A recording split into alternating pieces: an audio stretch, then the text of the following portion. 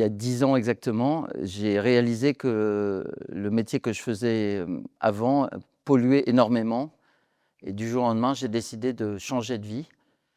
Donc j'ai eu l'intuition, que l'énergie de demain, j'ai une double intuition. D'une part, que l'énergie de demain serait faite à partir de petites centrales, automatisées, pilotables à distance, proches du consommateur.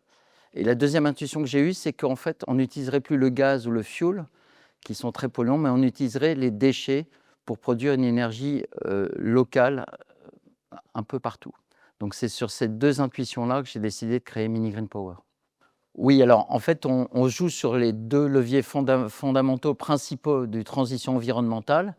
D'une part, on essaie de valoriser des déchets qui sont gaspillés aujourd'hui, qui polluent et qui sont en fait gaspillés. Soit on essaye de faire une énergie qui va remplacer, le gaz qui est à la fois, très polluant et cher. Donc si vous voulez, on a 3 types de clients.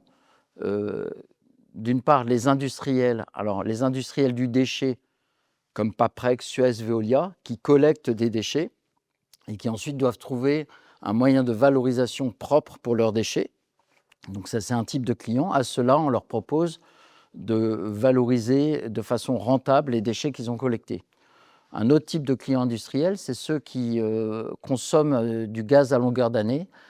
Par exemple, une papeterie, par exemple, un producteur de fromage, ce qui est l'agroalimentaire.